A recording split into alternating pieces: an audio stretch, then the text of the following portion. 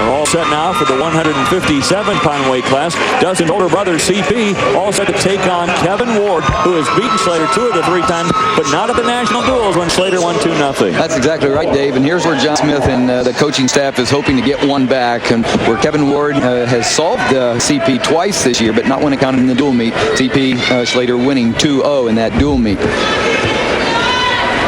Now, as much action as we saw in the last one, we might not see the same kind of action with these two from the history of the whole thing. It was 2-0 last time, but look, CP Schlatter gets in a nice takedown. Got in on the leg, then caught the far ankle, 2 points. Look at Kevin Ward, a senior out of Dottie Daisy, Tennessee. Sounds like a nice little village, doesn't it? A couple of Tennessee athletes in the Oklahoma State lineup. But this is just what Minnesota fired up, Dave. Minnesota's got the spark they wanted from Rivera, and then their 2 freshmen, CP's younger brother, Dustin, just came out, and a major decision, the defending national champion, Zach Esposito, and now CP, he's fired up. His brother did it. He says, I'm not going to walk off a loser, and Kevin Ward wants to get revenge, but he's down 2-0.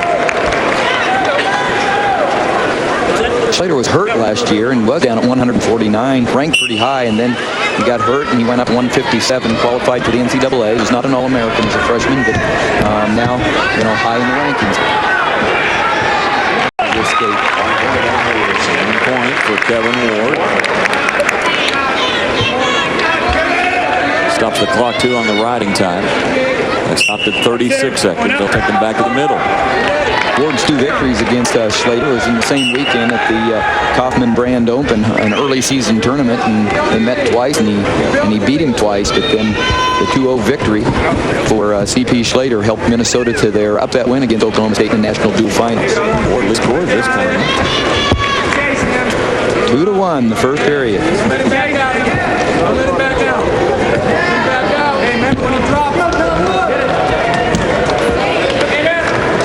What the coaching staff does so good at Oklahoma State. They help wrestlers like Kevin Ward lay out a plan to win and get upsets, because it's up to Kevin Ward to follow the instruction of the coaches, because they lay out a good plan for you when you're up against somebody that is favored against you. Now just follow, just follow the plan, son. And OSU does that so well. That's why they have won 3 NCAA titles, because the coaching staff not only has stallions in the lineup, the best wrestlers in the nation, they get the most out of their average wrestlers, and they end up getting great upsets against higher ranked wrestlers. You look at that coaching staff. It includes Pat Smith, John's brother, who is the only undefeated 4-time, one of only 2 4-time national champions. Of course, Cale Sanderson's the only undefeated one, but Pat Smith, 4-time NCAA champion for Oklahoma State, on the sidelines with his brother, John Smith.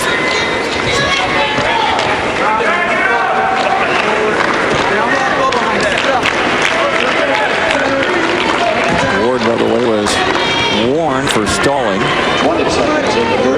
20 seconds left in his opening period. What Schlatter did so well was come out and was alert and ready to go. We talked about that all along the way. You got to be. You can't warm up on the mat. And he got the 2 takedowns. It may be the only takedown of the whole match. It may be all they need for these two. It's a little different makeup than Esposito and Schlatter.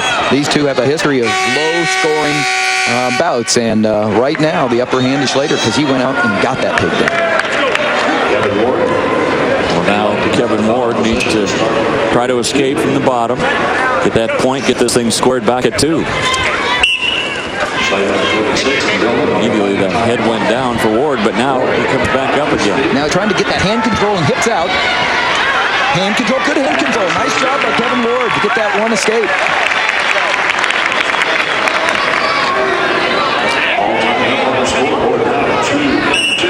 Still it's going to come down to who can get a takedown here. Schlater's put his on the board. Kevin Ward is going to have to take him down, whether it's this period or the next.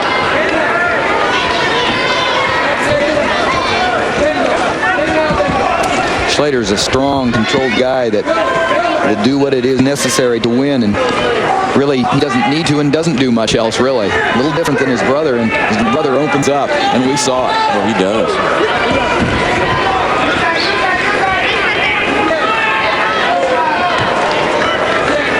CP Schlatter does a nice job of riding normally, and that's why that escape by Ward was very important to the Oklahoma State Cowboy.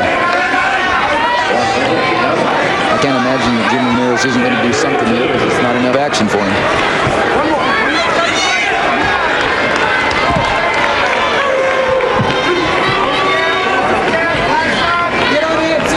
Now what Ward was doing well there. Now he doesn't want to let CP Schlatter back in. He double warns him. You know, I'll tell you what. I think there was a good place for that, but it's not always. I mean, you know, every once in a while, but I think that Ramirez might be getting a little carried away with a double warning there. You know, make up your mind who's doing what. I thought Ward was doing a good job of keeping CP Schlatter on the outside. Doesn't mean CP was stalling, but I don't think either one of them were, but CP Schlatter takes it to him with another takedown, and that is a big takedown for CP Schlatter. Now that warning, that double warning, gave a point to CP Schlatter because he had already warned them before, right? In the first period, right. That's why John Smith was so upset with the call for the double warning. He was like, wait a minute, why are you penalizing my guy? So CP Schlatter now, the 5-2 advantage. There's Steve Mocco. He's already thinking about how can he reverse the fortunes against Cole Conrad, who pinned him when they met at the national duels. Mocco has had that on his mind ever since that day, January 15th. Well, Minnesota has come into enemy territory here in Oklahoma City, and they are doing the job right now after falling behind 6-0. It's very impressive right now that Minnesota is in a position to win their third straight match. There's some firepower left, lots of it for Oklahoma State, including Johnny Hendricks, Jake Rochalt, and Steve Mocco. Defending champions, national champions all.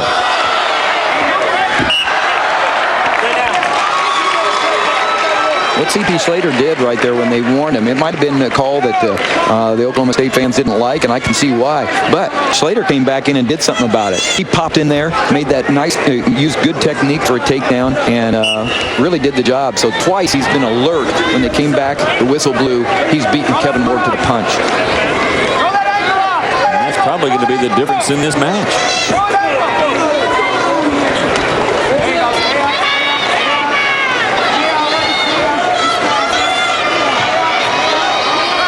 Schlatter, he's got his hips away from Ward. He's got hand control now.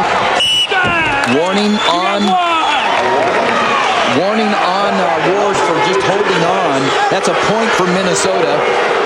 Here come the Smith brothers, but they're not going to pass over the line. I've seen some coaches pass over the line, but they're respecting the rules right there, and they're not going to step over the line there.